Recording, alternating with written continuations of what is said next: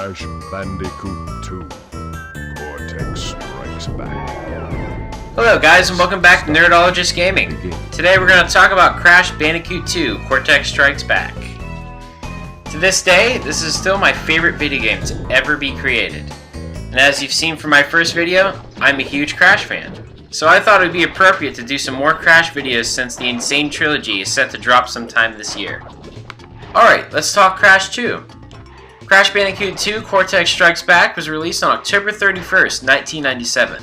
That's only a year after the first installment of the series. Just like the first game, it was also developed by Naughty Dog. This game takes place not too far along after the events of the first game. Cortex falls down to Earth making the discovery of the Power Crystal.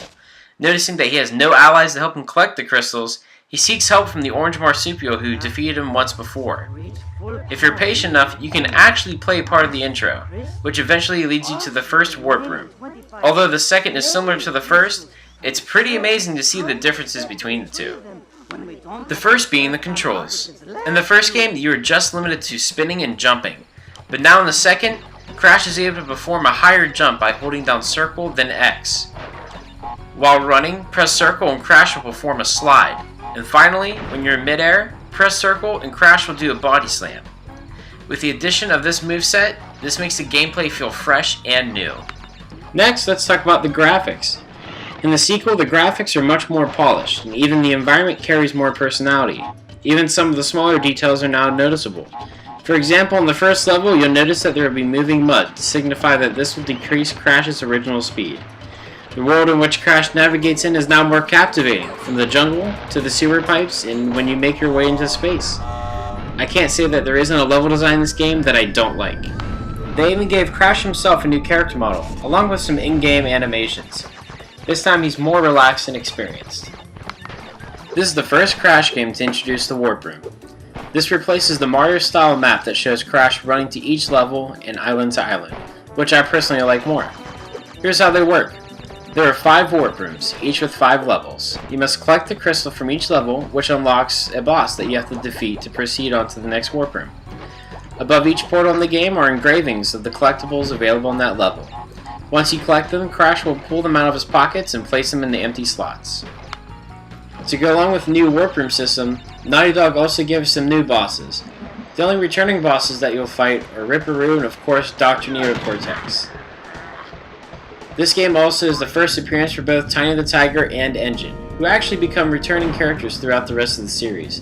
Not saying that you won't see the others here and there, but they play a big role in the game's story. Naughty Dog made sure to give the new bosses different gameplay mechanics, which progressively get harder to test your skills. Crash 2 has a different gem system. Unlike the first, when you die, the crates will not reset. You will keep all the progress that you've made in that level, making it less frustrating. If you press triangle, it will display your Wumper Fruit, your lives, and it now shows you how many crates that you've broken.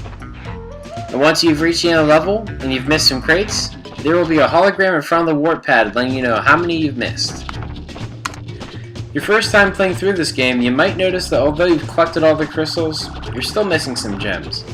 Now this is my favorite part about this game. The reason being that in select levels, there are secret warp pads that launch you to a hidden warp room. Each warp pad that is found unlocks a new level. These secret levels will each grant you either a new gem that doesn't have a slot to fill, or if you can remember back to the earlier levels, when you were missing like 50 crates, and you swore that you broke them all, and you searched time and time again wondering where you went wrong. Well, these secret levels will take you back to the earlier ones, so you can collect the crates that you could not originally see, thus finally giving you those gems. Once you've finally collected all the gems, you have to go back and fight Cortex once more. And once you do, you will get a new ending cutscene. And this is the actual ending to the game that ties in with Crash Bandicoot 3 Warped. But before we go, I just wanted to mention that there's still no set release date for the Insane Trilogy. There was a leak from a Brazilian retailer that the game would drop on February 28th. And then someone commented on a Q&A section on Amazon saying that the game was announced for March 1st. Although you can find proof of the Brazilian retail online, there is nothing to back up the March 1st. If you want to check it out yourself, the links are in the description below. I hope at least one of these are true, because I'm getting pretty impatient. I really want to play this game. I've been stalking on the internet every day, so if I hear anything, I'll let you know. Please, if you liked this video, I would forever be grateful if you were to throw me a like and a subscribe. And for anything gaming or Crash Bandicoot, please be sure to come back. Thanks for watching.